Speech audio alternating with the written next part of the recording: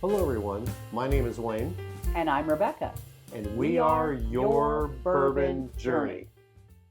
Welcome to episode 8 of Bourbon Trail Tales and Tastes, where we're taking you to New Riff Distillery. It's the same weekend that we visited Neely Family Distillery on Friday. And then as we mentioned before, Saturday we were at a Reds baseball game with a bunch of Stampeders, which is a fabulous group of people. And then Sunday, we decided to fit in 2 distillery tours, and the first of which was New Riff. So what is your memory of that, Wayne? Memory of New Riff was actually pulling up to the building and seeing the still right up front. I think of all the places that we've been, it's like, oh. all the places that we've been, the still is really pronounced. I mean, you see it when you drive right up. They have it glassed in, and it is an extremely impressive building. You see it right in the parking lot. Yes. You can't miss it when you're parking. If you miss it, you have your eyes closed. It's a super cool presentation, and props to whoever built that building with that in mind. It's outstanding. Yeah, so we walked in and got checked in for our tour. So we waited for our guide, and then he took us through a doorway that was by the bar. And I'm like, where are we going? And that actually was where we got to go see where the still was, which was very terrific. And it's a woo, look up at that still kind of moment. And if you've been down distillery tours, I mean, seeing the big column still is always a little bit overwhelming, but this one was just beautiful. All copper and glass around it, and you can see everything. So it was really terrific. That's my first piece that I remember. I believe that's where we got to be able to see where the fermenters were and everything. Yes. And when the mash was cooking, which smelled terrific. I'm sure if you're watching this, you've at least been to one distillery tour. Please tell me you have, because the smell of cooking mash is just amazing. So good. I've begged several places to develop a candle that would smell exactly like that. And if it did, I probably would never leave my house. I would just be in that room and just going the whole time. It's hard to duplicate because it kind of smells like cornbread and oatmeal and cream of wheat all at one time. It's just a fantastic aroma, and it just permeates everything around you.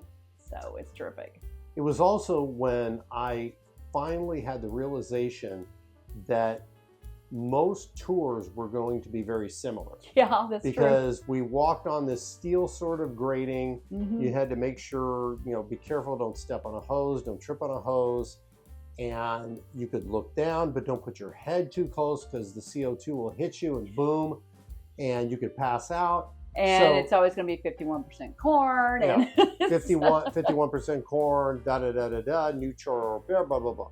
And so, but it was really cool, and the smell was, like I said, it was just terrific. Terrific. Yeah, it was great. So the tour was fantastic. Our guide was very knowledgeable, and then we went to the second floor for the tasting, which at that time was a private event space, and there was a bar up there that was used. You couldn't go up there for the bar and have a drink. It was a bar that was used during private events, but it was also used for tastings following a tour at that time. Now that space is their bar. It's a huge, beautiful bar now. So if you've been there, you know what I'm talking about. But at that time, we went up there and we did a tasting. I think they had 4 or 5 of their single barrels, because if you know New Riff at all, they really focus on single barrels. They do. And then they also had the Balboa Rye. And they told a big story about that. So we were kind of taken by that. And again, at this point in time, I think we'd only bought 1 bottle of rye thus far, and that was the one at Preservation. Yes. It ended up being our second bottle of rye because we were fascinated by the Balboa. You're right. I think this is the second rye that we have purchased. And this one here, it's been a while, but we have given it a pretty decent hit. It's not quite halfway, but it's down in the bottle of it. It's to here. So we've had some taste. It's probably been maybe a year and a half since we actually have tasted this bottle. So let me tell you a little bit about Balboa Rye. I'm pretty excited about it because when we had it that day, one of the reasons we bought it was because they said it was a highly limited edition, and we were kind of motivated by the tour guide saying that, and that they weren't sure they're going to have it again. Well, they have just brought it back for 2025. So I think you can probably find it again, but let's tell you a little bit about what makes this so special. So of course it is a straight rye whiskey made by New Riff. Their mash bill is 95% Balboa rye and 5% malted barley. So it's a very common rye mash bill, except it's Balboa rye. Balboa rye is one of New Riff's first specialty whiskeys and remains a fan favorite. They age it to 4 years, and they use a bottle and bond approach without chill filtration. It's become their flagship rye. We paid $50.44 for it. I think that was with tax. But today, even 3 years later, the SRP on this is $54.99. So it's only gone up a couple dollars since we bought it. So I think that's pretty good for this beautiful bottle of an heirloom rye, and it's a bottle and bond. So there you go. And I have to admit, I have a prejudice toward them. I have not had a New Riff bottle, whether rye or whatever, that I've been disappointed in. At the least, it's been very good. Yeah, we have a whole shelf of just New Riff because everything they do is, except for this, is like single barrel stuff. It is. And so every time we go in there, and anytime we're in Northern Kentucky, we stop in, and we will be stopping in March when we visit again. And we will be probably picking up some sort of a single barrel bottle because they have all these single barrels. And I will say this about their distillers and their blenders. They do descriptions on their single barrels, and they are always on point. You will sometimes get descriptions that sound like you're going to be in fairyland or something if you drink this. Their descriptions are so on point. It's like when we get it home and open it up, it's like, yeah, I get that, I get that, I get that. And I respect them and I trust them. So if the label says something that sounds like we would really enjoy it, we're probably going to buy it. That's an accurate portrayal on your part. Yeah. So let's check out the color on this and the appearance. Maybe a medium amber. It's a 4-year-old. Yeah, you're getting some good legs on yours. Definitely the same. Yep. Well, let's check out the aromas. And it's a rye. Oh, it's got an herbal note to it. It's not overly ryegrassy. It's got a lovely herbal note.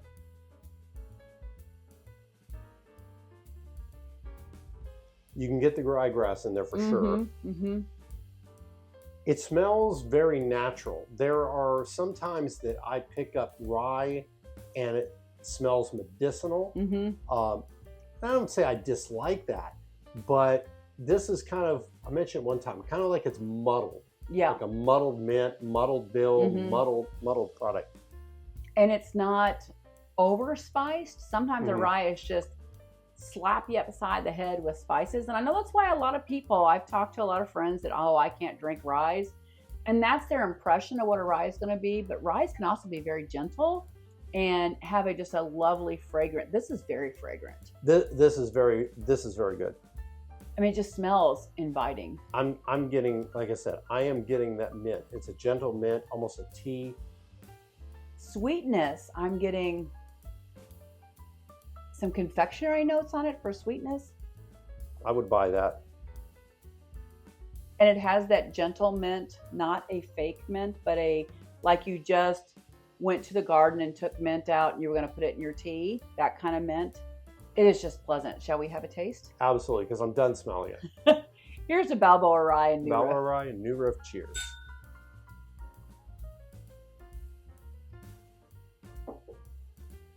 Oh, yeah. There's something about an heirloom grain that's just different. It almost tastes like, we recently just had a sip of a vintage. And this heirloom, anytime I have an heirloom grain, it kind of takes me back to what a dusty bottle tastes like. It's good. I'm really rendered speechless. If you know Wayne, that just doesn't happen. Thanks. This is very good. It has that classic taste of a rye. To me, it's not obnoxious though. There's a lot of times. It's a different level. Yes, there's a lot of times I get rye and I'm really turned off by it. This one here is not that case. Yeah, it is. And I think this proof of 100 is perfect for this. Mm-hmm. The fact that it's bottled and bond 4 years, 100 proof. It is just terrific. It has, like I said, it has this dusty quality because it's got the heirloom grains. And a lot of times the heirloom grains do that. They make you feel like you're drinking a piece of history. Mm-hmm. And I think it's softer. It's a soft rye, but it still has a lot of complexity. And if you drink rye at all, you know what I'm talking about. Because sometimes ryes are very hard hitting. This is soft and gentle, but there's layers and layers. Of everything you're saying, I buy into the dusty call. And that sort of surprises me because I really wouldn't expect this, but I do think it's using heirloom grains, and they have really, in my opinion, stumbled into what you could almost put in a bottle and tell somebody that this was from the 70s, 80s, or 90s, and they'd probably buy it. They'd probably believe it. Well, and I did a little research on this because it's been a few years since we bought it, and I was curious as to why more people aren't using Balboa rye. And it was typically grown in Indiana. The problem with Balboa rye is not the Balboa rye itself, but in areas where rye goes really prevalently, it takes off, right? It takes over everything in its area. So it cross-pollinates, and it's really hard to keep something like a Balboa rye. So a lot of people tend to back away from it because they're worried about cross-pollination and not being able to keep it as Balboa rye. So that's a challenge, but apparently this particular farmer that New Riff has partnered with has it down to a science and knows that his farm can keep it as Balboa rye and it will not get cross-pollinated. Well, you know, we've had a couple of ryes recently and I've been very impressed, but I will say this might be the king of the mountain. It is really good. It's really, really good. And the Balboa rye is definitely different. It is definitely different. Let's do another taste for the finish because I wasn't even thinking about the finish before. Okay. I mean, you know you are drinking a rye, but it has a light citrus. I'm just getting a citrus right now. I did not get before. A little bit of an orange, I would say. Yes. And I didn't get that the first time because the Balboa was hitting me so hard. But I am getting some orange citrus now, along with the other rye spices. Again, the rye spice on the Balboa is a very gentle spice. It's not overdoing it. The finish seems to be pretty long. Everything she said, I've got nothing. What can I say? Well, what are you getting as your indicators on the finish though? Are you getting any particular notes or anything about it? No, I'm getting a. You talked about citrus, yes, and it's orange. And I'm getting that on the finish now too, which I hadn't gotten the first time around, so it took another sip to do that. I think it's consistent to the nose, to the taste, and to the finish. I'm getting a little bit of chocolate. Are you getting some chocolate on this one? It's like that chocolate orange.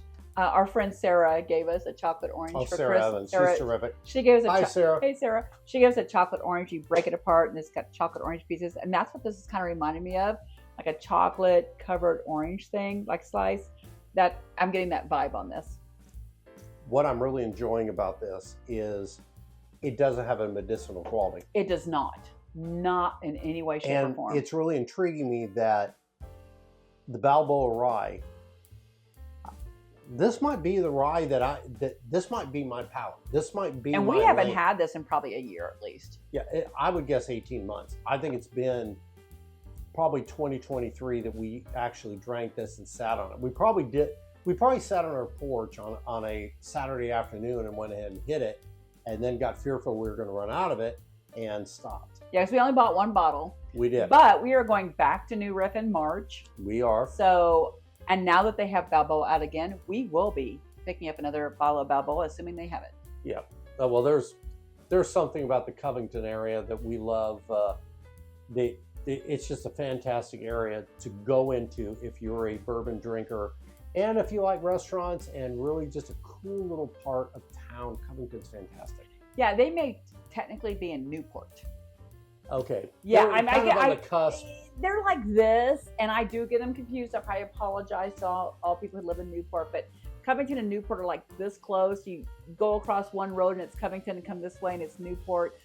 They might actually be in Newport. Now that I'm thinking about it, I said Covington earlier, but they're all in the family as far as I'm concerned, because it's all across the river from Cincinnati. Yeah, and you can be anywhere. You can be like upstairs from the balcony area of New Riff. You can look across the river and you can see the Red Stadium. Yes, and very cool. And we stayed one trip that we made out there. We stayed at a hotel right across the street from New Riff. It was the Fairfield Inn. It had just been built, and no one knew about it. And I somehow got it, and now I'm gonna be honest, it's a little pricey for us, so we don't stay there. It is, because you have a view of the river. You have a view of Cincinnati. You have a view of the ballpark and New Riff, and tons of restaurants. It's just walking distance to restaurants. It's really outstanding, and it's yeah. I mean, just as an FYI, since this is a Bourbon Trail kind of tip thing, the Cincinnati airport is actually in Florence, Kentucky. You probably don't even know that unless you've flown in and out there. But there is a gob, and that's a really technical word, of hotels around the airport, and they have terrific prices, and it is literally like a 10 to 15 minute drive to all the distilleries that are in like either Newport or Covington. So and Cincinnati, we've taken to staying in Florence near the airport because it's such a good bargain. Mm-hmm. A great bargain. And there's all brands there. We're big Marriott folks, so we do stay at a Marriott property there, but there's all kinds of opportunities. There's a plethora of hotels. That's pretty good. That's pretty good for my high school education when I'm sitting next to a PhD professor. But they have a ton of restaurants from those hotels too. They do. So it's great. We often go do everything in the area and then come back to the hotel and kind of crash for the night. We know we can get a good meal and stay at the hotel and get a free breakfast. That's what we do. So we really suggest to you, if you haven't been to New Riff, I would definitely go. Absolutely. It's probably, of all the places that we've been, I would have to say it's probably my top 10. Well, and as added benefit, another tip is sharing a parking lot is the party source. Yes. A huge liquor store that originally was owned by the owners of New Riff, but because Kentucky law says you can't have that ownership right if you own a distillery, so it has to do with proximity, so they had to sell it, but it's still in their parking lot. So there's a fantastic liquor store right on the property. So you can finish your tour at New Riff and then drop your stuff off, whatever you bought there in your car, and then walk into the party source and see what they have too. And on a side note, if you've really gotten tanked up, you can drive up the block and go to a Bob's Big Boy. Yes. And if you're from California, you're probably very familiar with that. They have a really good one. We've eaten there one time. We did. Very good food. Terrific. Classic, good service. Classic 50, 60, 70 style food. Very enjoyable. Yeah, it was great. And like I said, we had good service too. We did. Mm-hmm. Absolutely. New Riff, cheers. We will definitely be back there again. Very soon. You're definitely in the top 10 of places that we love. And tune in next week when we go to, probably for myself, one of my top 5 favorite places that we have been on the trail. Cheers to all of you. And always remember to drink responsibly. Have a great day. Cheers to New Riff. Cheers to New Riff.